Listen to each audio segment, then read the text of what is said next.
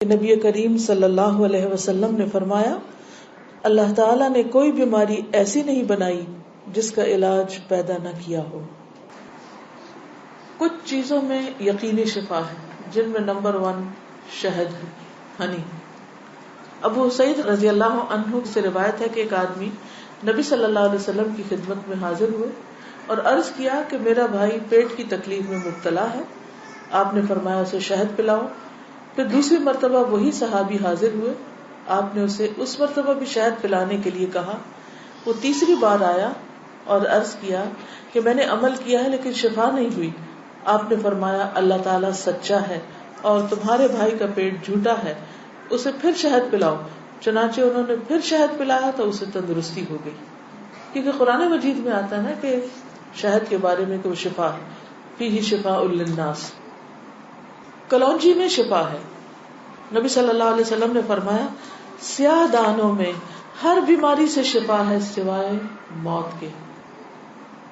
عجوہ کھجور، رسول اللہ صلی اللہ علیہ وسلم نے فرمایا عجوہ جنت کے پھلوں میں سے اور اس میں زہر سے شفا ہے۔ یعنی اگر آپ سمجھتے کہ آپ کے جسم میں آپ کو بلڈ پوائزنس ہو گیا ہے یا ویسے آپ کے اندر بہت ٹاکسنز ہو گئے ہیں تو اس صورت میں بھی آپ اس سے فائدہ اٹھا سکتے ہیں۔ نبی صلی اللہ علیہ وسلم نے فرمایا جو شخص روزانہ چند عجوہ کھجوریں کھا لیا کرے اسے اس دن رات تک زہر اور جادو نقصان نہیں پہنچا سکیں گے۔ بعض جگہ 7 کھجوروں کا ذکر ہے اور بعض اس میں چند دانوں کا ذکر ہے۔ تو اگر افورڈ کر سکے تو 1 دانہ ہی روز کھا لیں، 3 کھا لیں، 5 کھا لیں، 7 کھا لیں۔ لیکن یہ ہے کہ ایسے شخص کو اگر کوئی زہر بھی دے یا اس کو کوئی جادو کی کوشش کرے تو اثر نہیں ہوگا۔ اسی طرح برنی کھجور کی قسم ہے۔ رسول اللہ صلی اللہ علیہ وسلم نے فرمایا سب سے بہترین کھجور برنی ہے، وہ بیماری کو دور کرتی ہے اور خود اس میں کوئی بیماری نہیں ہے، یعنی شفا کا ذریعہ ہے۔ پھر زمزم۔ ابو جمرہ کہتے ہیں کہ میں ابن عباس رضی اللہ عنہ سے لوگوں کے بے قابو ہجوم کو دور رکھتا تھا۔ ابن عباس ایک اسکالر تھے، مفسر قرآن، تو لوگ ہجوم کر دیتے تھے ان پر، لیکن کچھ عرصہ نہ جا سکا۔ بعد میں جب حاضر ہوا تو ابن عباس نے مجھ سے اتنے دن نہ آنے کی وجہ پوچھی۔ میں نے عرض کیا کہ مجھے بخار ہو گیا تھا۔ ابن عباس کہنے لگے کہ رسول اللہ صلی اللہ علیہ وسلم نے فرمایا بخار جہنم کی گرمی کے اثر سے ہوتا ہے، اس لیے اسے آب زمزم سے ٹھنڈا کیا کرو۔ یعنی بخار کے مریض کو آب زمزم پلائیں بھی، ماتھے پہ پٹیاں بھی کریں، چھڑکاؤ بھی کریں، کسی بھی طریقے سے اس کو ٹھنڈا کریں زمزم کے ساتھ۔ پھر پانی سے علاج۔ نبی صلی اللہ علیہ وسلم نے فرمایا جب کسی کو بخار ہو جائے تو 3 رات سحری کے وقت اس پر ٹھنڈا پانی بہایا جائے، یعنی صبح ارلی مارننگ۔ اب یہ وقت آپ نے خود مقرر کیا ہے، اس لیے اس وقت کی پابندی کرنا مسنون طریقہ ہوگا۔ بعض اوقات لوگ خود سے خود ایسی چیزیں اپنے لیے لازم کر لیتے ہیں، وہ ٹھیک نہیں۔ پھر ہے گائے کا دودھ۔ عبداللہ سے روایت ہے کہ رسول اللہ صلی اللہ علیہ وسلم نے فرمایا اللہ تعالیٰ نے بڑھاپے کے علاوہ ہر بیماری کا علاج نازل کیا ہے۔ گائے کا دودھ لازمی طور پر استعمال کیا کرو کیونکہ یہ ہر قسم کا درخت چرتی ہے، یعنی جو جانور مختلف درخت چرتے ہیں پھر ان کے دودھ کے اندر اس کا اثر آ جاتا ہے، یعنی وہ ایک طرح سے ان کے دودھ میں بہت ساری میڈیسنز خود بخود شامل ہو جاتی ہیں۔ حجامہ کے ذریعے علاج۔ ابن عباس بیان کرتے ہیں نبی صلی اللہ علیہ وسلم نے فرمایا بہترین دن جس میں تمہیں سینگی لگوانی چاہیے وہ چاند کا 17واں، 19واں اور 21واں دن ہے۔ معراج کی رات فرشتوں کے جس گروہ کے پاس سے بھی میں گزرا اس نے یہی کہا اے محمد صلی اللہ علیہ وسلم سینگی لگوانے کا اہتمام ضرور کرنا، یعنی حجامہ ضرور کروانا۔ فرشتوں کی ہر جماعت نے آپ کو یہی مشورہ دیا۔ انس رضی اللہ عنہ کہتے ہیں کہ رسول اللہ صلی اللہ علیہ وسلم نے فرمایا جب تم میں سے کسی کا خون بھڑکنے لگے، یعنی بلڈ پریشر ہو جائے، BP ہائی ہو جائے تو وہ سینگی لگوائے، کیونکہ خون کے جوش مارنے سے آدمی کی موت واقع ہو سکتی ہے، یعنی بعض اوقات BP کے ہائی ہونے سے انسان مر سکتا ہے۔ پھر کھمبی کے پانی میں شفا ہے۔ کھمبی جو من کی ایک قسم ہے جس کو یہ کہتے ہیں مشروم، اور اس کا پانی آنکھ کی دوا ہے۔ عود ہندی میں شفا ہے۔ ام قیس سے مروی ہے کہ میں اپنے ایک لڑکے کو لے کر حضور صلی اللہ علیہ وسلم کی خدمت میں حاضر ہوئی۔ میں نے اس کی ناک میں بتی ڈالی تھی، اس کا حلق دبایا تھا، چونکہ اس کو گلے کی بیماری ہو گئی تھی. آپ نے فرمایا تم اپنے بچوں کو انگلی سے حلق دبا کر کیوں تکلیف دیتی ہو؟ یہ عود ہندی لو، اس میں 7 بیماریوں کی شفا ہے. ان میں سے ایک ذات الجنب، پسلی کا برم یعنی کہ نمونیا. اگر حلق کی بیماری ہو تو اس کو ناک میں ڈالو، اگر ذات الجنب ہو تو حلق میں ڈالو. یعنی بعض چیزیں ناک کے راستے بھی ٹپکائی جا سکتی، بعض گلے میں ڈالی جا سکتی. جنگلی بکری کے گوشت میں شفا، ہنٹنگ کا جو گوشت ہے نا. انس بن مالک سے روایت ہے کہ رسول اللہ صلی اللہ علیہ وسلم نے فرمایا ارق النساء سے شفا حاصل کرنے کے لیے جنگلی بکری کے ران کے اوپر والے کمر سے متصل حصے کو پگھلایا جائے، پھر اسے 3 حصوں میں تقسیم کیا جائے اور مریض نہار منہ 3 دن یعنی ہر روز ایک حصہ پیے. یعنی اس کو سوپ بنایا جائے، پگھلایا جیسے مراد یہ کہ اس کو بالکل اس کو ملیدہ بنا لیا جائے. کون سے حصے کو؟ ران کے اوپر کے حصے کو. تلبینہ. عائشہ رضی اللہ تعالی عنہا بیمار کے لیے اور میت کے سوگواروں کے لیے تلبینہ پکانے کا حکم دیتی تھی اور فرماتی تھی کہ میں نے رسول اللہ صلی اللہ علیہ وسلم سے سنا ہے کہ تلبینہ مریض کے دل کو سکون پہنچاتا ہے اور غم کو دور کرتا ہے. مہندی. سلمہ ام رافع جو رسول اللہ صلی اللہ علیہ وسلم کی آزاد کردہ باندی ہیں فرماتی ہیں کہ نبی صلی اللہ علیہ وسلم کو زخم ہوتا یا کانٹا چبھتا تو آپ اس جگہ مہندی لگاتے. اور آخری بات یہ کہ پرہیز علاج سے بہتر ہے. ام المنذر بنت قیس انصاریہ کہتی ہیں کہ رسول اللہ صلی اللہ علیہ وسلم میرے پاس آئے، آپ کے ساتھ علی رضی اللہ عنہ بھی تھے جو ابھی ابھی بیماری سے صحت یاب ہوئے تھے. کچھ نیم پختہ کھجوریں جو پک گئی تھی لٹکی ہوئی تھی.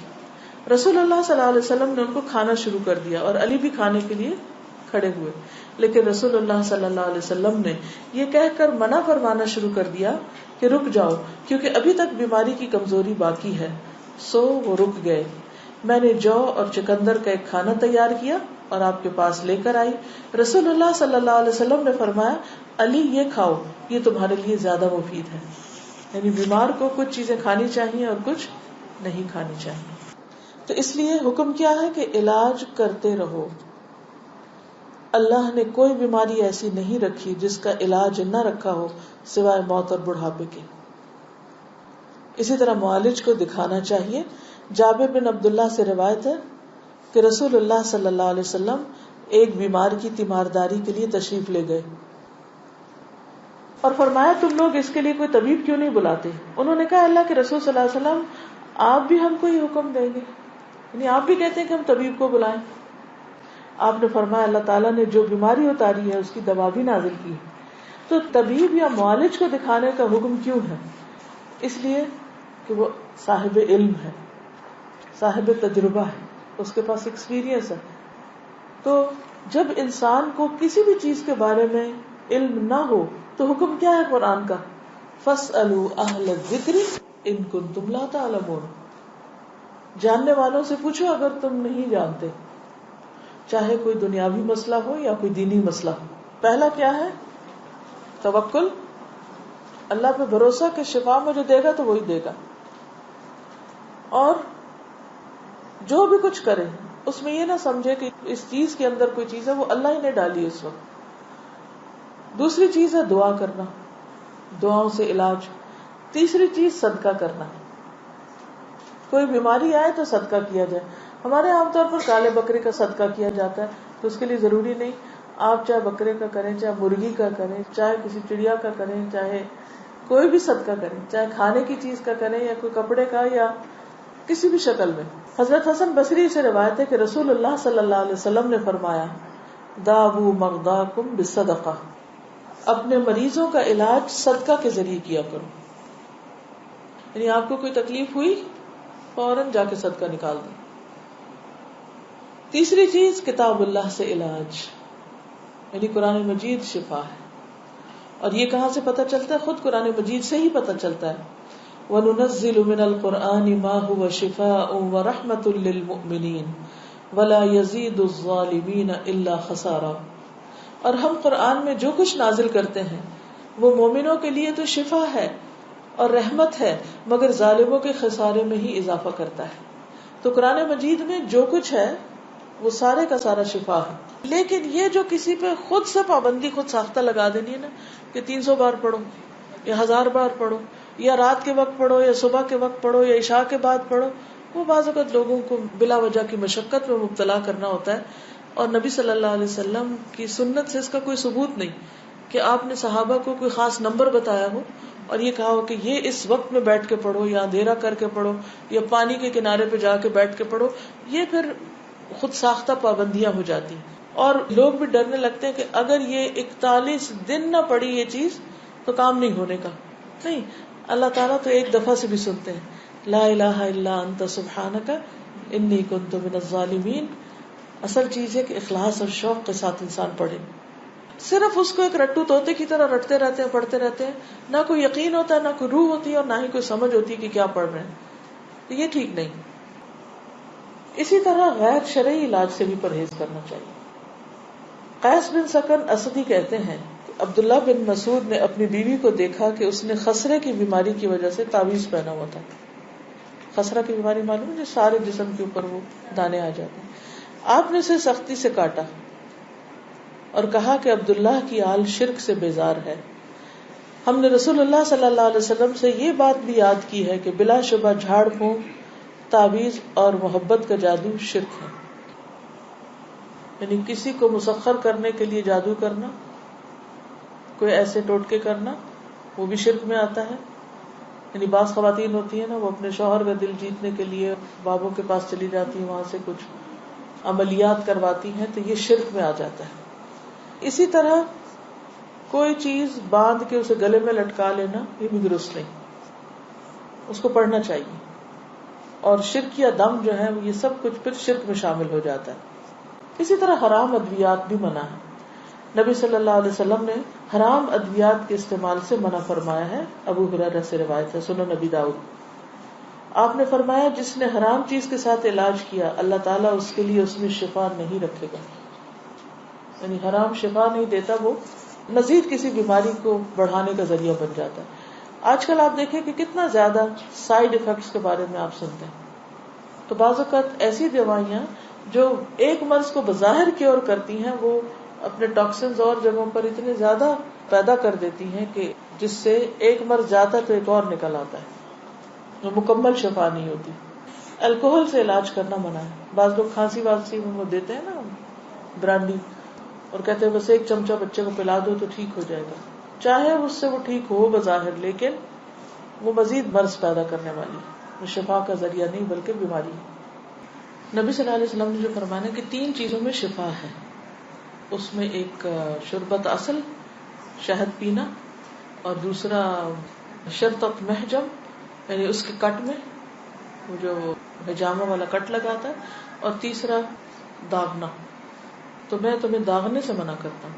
2 طریقے ٹھیک ہے، شربت اصل ٹھیک ہے، شرطت محجم ٹھیک ہے، لیکن داغنا ٹھیک نہیں.